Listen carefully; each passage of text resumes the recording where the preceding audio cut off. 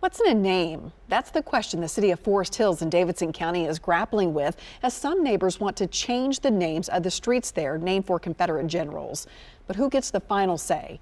As News Channel 5's Jason Lamb tells us, the answer is not so clear-cut. Like any neighborhood, there's a history in Forest Hills, including in this city, street names that go back to the 1950s, that harken back to an era nearly a century before that. Now, some in a subdivision here want to do away with some of their street names like Confederate Drive and Jefferson Davis Drive.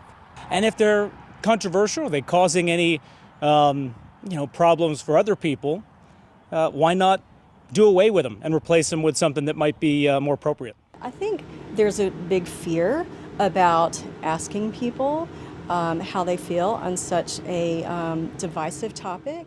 Jean LaRose began asking her neighbors about possible name changes to some of these streets 5 years ago. Jefferson Davis has nothing to do with the state of Tennessee. He wasn't born here, he never had a house here, he never lived here. While not every neighbor we talked to agrees the street names should be changed, the question is now becoming who gets the right to decide whether to change the street names. The State Historical Commission says it gets to because it says streets named after Confederate generals are considered memorials.